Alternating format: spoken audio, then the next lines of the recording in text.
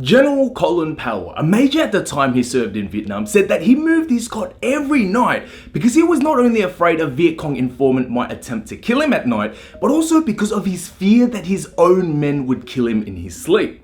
Hey, I'm Alex Lam, and in this episode of Stories of the World, we'll be talking about fragging, the act of soldiers killing their officers and sergeants. Now, I'll be honest, majority of the people, including me, don't know how evil war can really be. On paper, it seems really simple. There's two teams and they try to kill each other. But when survival is threatened, people can be pushed to do unbelievable things, and fragging is one of those things. So let's get to the story. The definition of fragging is the act of a soldier killing a fellow soldier, which was usually a superior officer or non-commissioned officers. The term fragging was coined by US military personnel during the Vietnam War from the use of fragmentation grenades. The use of the grenades to kill were wickedly genius. First, the grenades would not assign serial numbers to individuals, and second, once they exploded, they left no traceable evidence of the culprit. So it was incredibly easy to frag someone and incredibly hard to find the perpetrator. But why would anyone be killing their fellow soldiers? Well, to understand why, let's paint a picture. You're a soldier in the war, and the officer in charge is overly aggressive, which leads to him putting his men, you included, in very unnecessary danger. So you're faced with two choices. You get rid of him, or you watch him unnecessarily risk your fellow soldier's life. So what are you going to do? So what some of the soldiers did back then was frag him, and hopefully they'd get a replacement officer that doesn't blindly follow superior command. Fragging had very serious consequences. On top of the fact that it was murder, the officers had to live with constant fear of being killed by their fellow soldiers. The job of an officer and non-commissioned officer was to inspire their men, be aggressive, and to initiate and succeed in combat. But they had to deal with unimaginable amounts of stress of the consequences.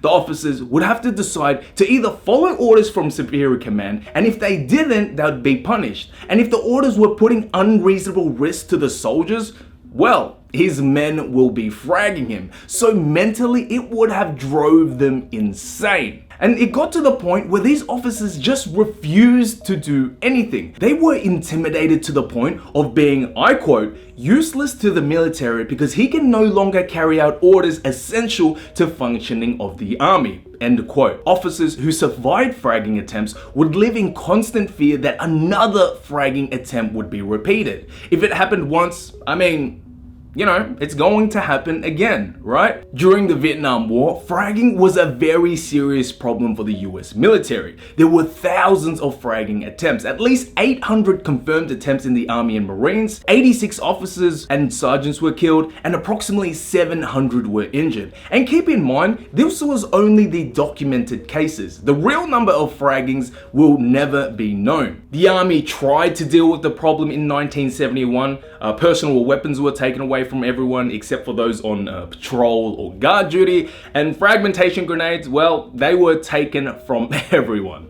Now, after the Vietnam War ended in 1976, only 2 recorded incidents has occurred since then. In 2003, Sergeant Hassan Akbar of the 101st Airborne Division killed 2 officers when he threw grenades in their tents in Kuwait. And in 2005, Staff Sergeant Alberto Martinez killed 2 officers by setting off grenades and a claymore mine in their room at one of Saddam Hussein's former palaces.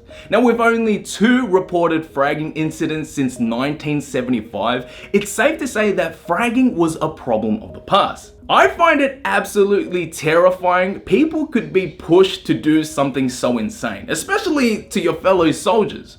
And imagine being promoted to an officer during the Vietnam War. You wouldn't even know what to feel. Like, should you be happy or scared, right? You would have gone crazy trying to figure out what to do. But here's the ultimate question.